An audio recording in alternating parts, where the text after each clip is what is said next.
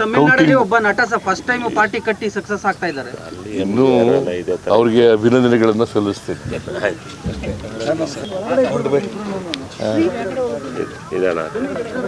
ಹೇಳಿ, ಇವತ್ತು KC. ರೆಡ್ಡಿಯವರ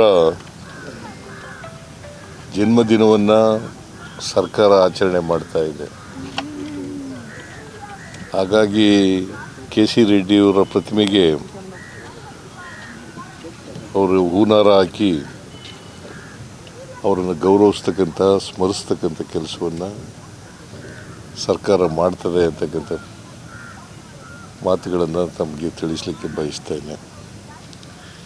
KC. ರೆಡ್ಡಿಯವರು ಸ್ವಾತಂತ್ರ್ಯ ನಂತರ ಮೊದಲನೇ ಮುಖ್ಯಮಂತ್ರಿ ಆಗಿದ್ದಂಥವರು.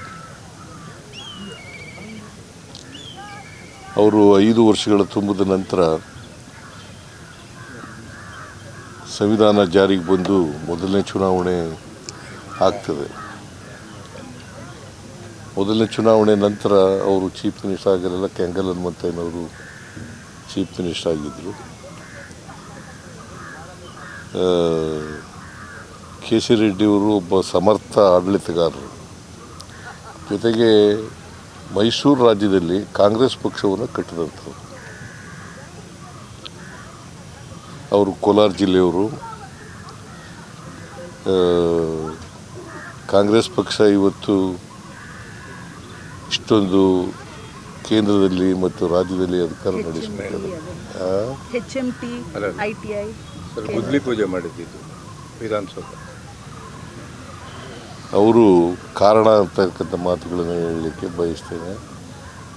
HMT, ITI, ಇಸ್ರೋ ಅವೆಲ್ಲ ಇವತ್ತು ಕರ್ನಾಟಕಕ್ಕೆ ಬರಬೇಕಾದ್ರೆ ಕೆ.ಸಿ. ರೆಡ್ಡಿಯವ್ರ ಕಾರಣ. ಕೇಂದ್ರದಲ್ಲೂ ಕೂಡ ಕ್ಯಾಬಿನೆಟ್ ಮಿನಿಸ್ಟರ್ ಆಗಿ ಇಂಡಸ್ಟ್ರಿ ಆಗಿದ್ದರು.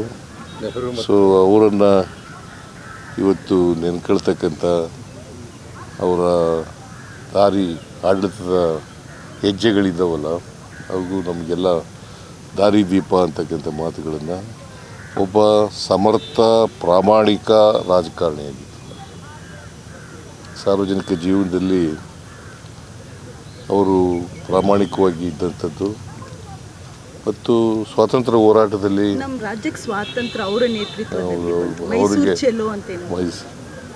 ಅವರು ಸ್ವಾತಂತ್ರ್ಯ ಹೋರಾಟದಲ್ಲಿ ಭಾಗಿಯಾಗಿದ್ದಂಥವರು. ಅವರನ್ನು ಇವತ್ತು ಸ್ಮರಿಸ್ಕೊಳ್ತಕ್ಕಂಥ ಕೆಲಸವನ್ನು ಮಾಡ್ತಾಯಿದ್ದಾರೆ.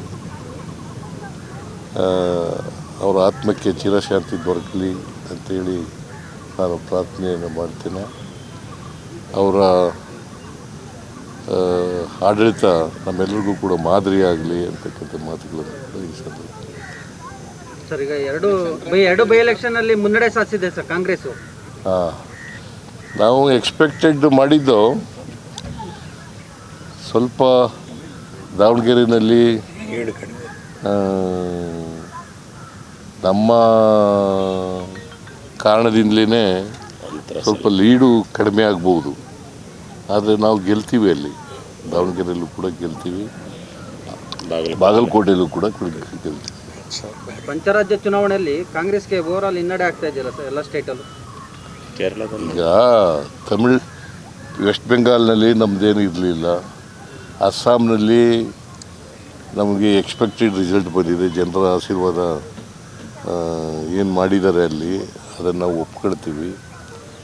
ಕೇರಳದಲ್ಲಿ ನಮ್ಮ ಎಕ್ಸ್ಪೆಕ್ಟೇಷನ್ಗಿಂತ ಹೆಚ್ಚು ಸ್ಥಾನಗಳನ್ನು ಗೆದ್ದಿದ್ದೀವಿ. ನಾವು ಸುಮಾರು 76ರಿಂದ 80 ಗೆಲ್ತೀವಿ ಅಂತ ಹೇಳಿದ್ದು, ಈಗ 95ರವರೆಗೂ ಕೂಡ ಗೆದ್ದಿದ್ದೀವಿ. ಮುನ್ನಡೆ ಸಾಧಿಸಿದ್ದೀವಿ. 95 ವಿಧಾನಸಭಾ ಕ್ಷೇತ್ರಗಳಲ್ಲಿ 95 ವಿಧಾನಸಭೆ ಇದ್ದೀವಿ. ಬಹುಶಃ ವೆಸ್ಟ್ ಬೆಂಗಾಲ್ನಲ್ಲಿ ಆಡಳಿತದ ವಿರೋಧಿ ಅಲೆ ಇರಬಹುದು ಅಂತ ಅಂದ್ಕೊಂಡಿದ್ದೀನಿ ನಾನು. ತಮಿಳುನಾಡಿನಲ್ಲೂ ಕೂಡ ಆಡಳಿತ ವಿರೋಧಿ ಅಲೆ ಇದೆ ಅಂತ ಹೇಳಿ ಅಂದ್ಕೊಂಡಿದ್ದೀನಿ. ತಮಿಳುನಾಡಲ್ಲಿ ಒಬ್ಬ ನಟ ಫಸ್ಟ್ ಟೈಮ್ ಪಾರ್ಟಿ ಕಟ್ಟಿ ಸಕ್ಸಸ್ ಆಗ್ತಾ ಇದ್ದಾರೆ. ಇನ್ನೂ ಅವ್ರಿಗೆ ಅಭಿನಂದನೆಗಳನ್ನು ಸಲ್ಲಿಸ್ತೇನೆ.